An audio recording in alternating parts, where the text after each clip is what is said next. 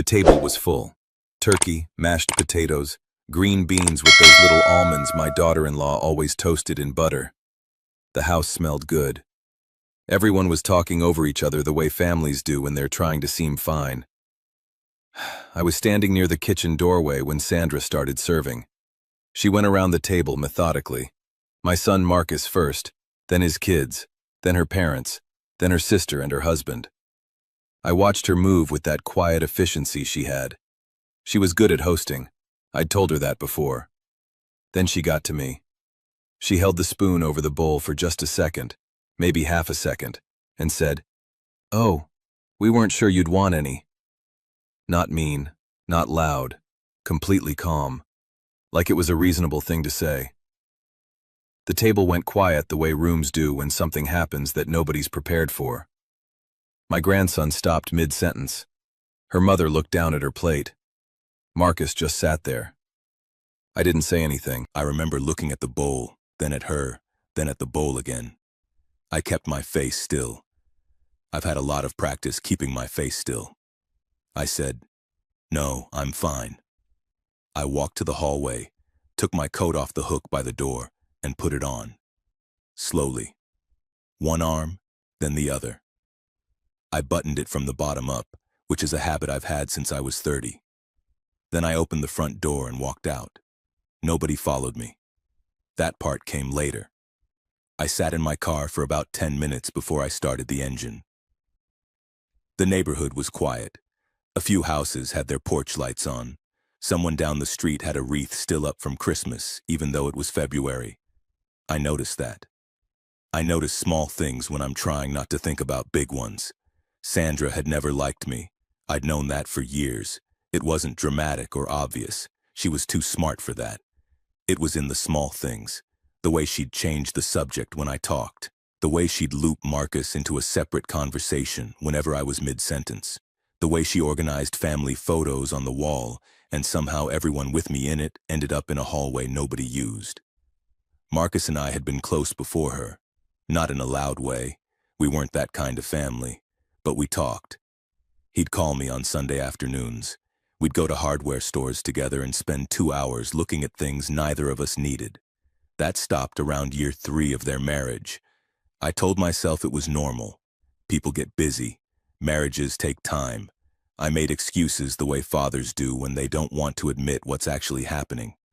But I kept a mental list, not out of bitterness, just because I'm someone who notices patterns. And Sandra had a pattern. She was slowly, quietly, patiently turning my son into someone who needed permission to call his own father. I just hadn't figured out yet how far she'd already gotten. Marcus called me the next morning. I let it ring, not out of anger. I just wasn't ready to hear whatever version of events Sandra had given him the night before. I knew there would be a version. There always was. He called again around noon. I picked up. "Dad." That's all he said at first. Just my name. Or not even my name. Just what I was to him. He sounded tired. I said, "Hey." He apologized. Said Sandra hadn't meant it the way it came out. Said she'd been stressed about the gathering and sometimes she talks without thinking. He used the word sometimes twice in the same sentence. I told him I understood. And I did understand. I understood exactly what had happened. Sandra had made a calculated decision at that table. She'd done it in front of her parents, her sister, and my grandchildren. She'd established something, a position, a dynamic. And Marcus's job, whether he knew it or not, was to call me the next day and smooth it over, so the disruption would go away quietly. What bothered me wasn't the comment about the food. It was that Marcus hadn't said a word in that room. Not one word. He'd sat there while his wife humiliated his father in front of the whole table, and he'd looked at his plate like a man who'd already decided which side of something he was on. That told me more than the comment ever did. I started paying closer attention after that. About 3 weeks after the gathering, my daughter called me. Her name is Patrice. She's younger than Marcus by 4 years, and she'd been at that dinner. She'd been the one sitting across from me when Sandra made her comment. I'd seen her face in that moment, a quick flash of something, and then she'd gone neutral just as fast. Patrice wasn't calling to apologize on anyone's behalf. She was calling to tell me something. Sandra had been talking, not to me, not to Marcus, to the extended family. Cousins, aunts, people I saw twice a year at most.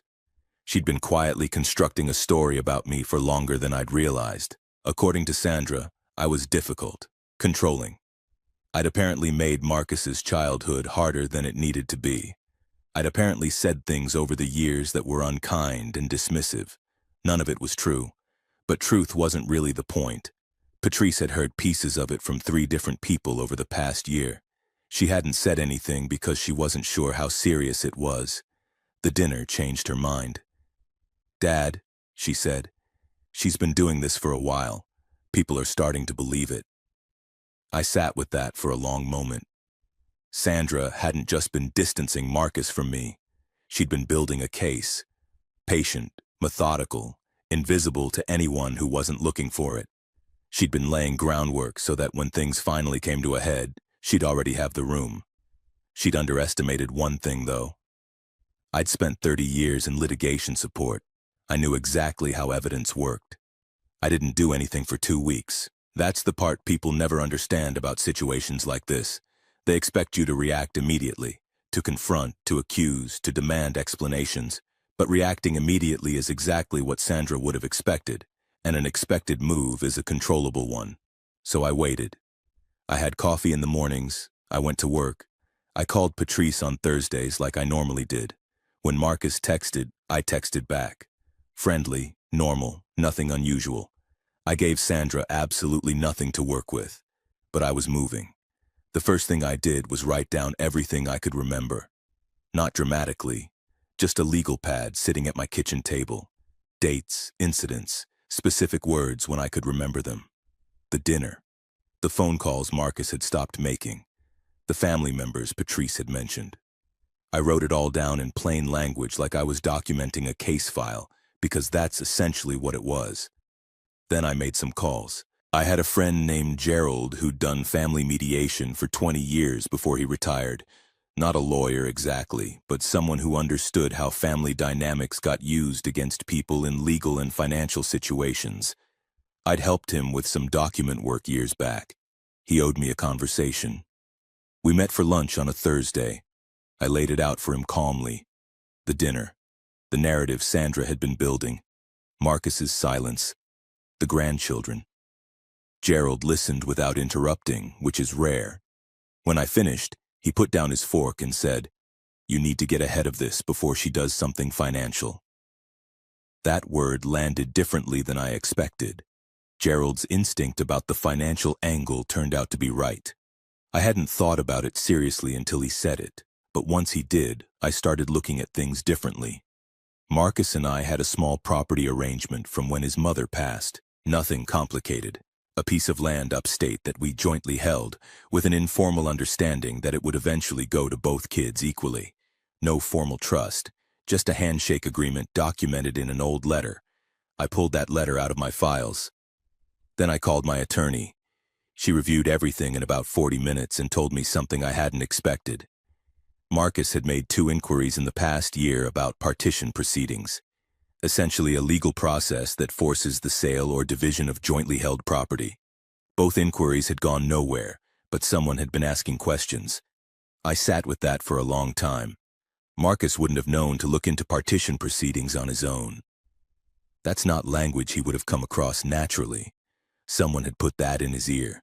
Someone who wanted that property moved, converted, liquidated, whatever form it took, before I had a chance to formalize anything. I didn't confront Marcus. Instead, I called Patrice and asked her a simple question. Had Sandra recently started talking about real estate, about property values, about what things were worth? Patrice was quiet for a moment. Then she said, "She mentioned at Easter that land upstate was selling for a lot right now. I didn't think anything of it." I thanked her and hung up. Then I called my attorney back and told her to start drafting.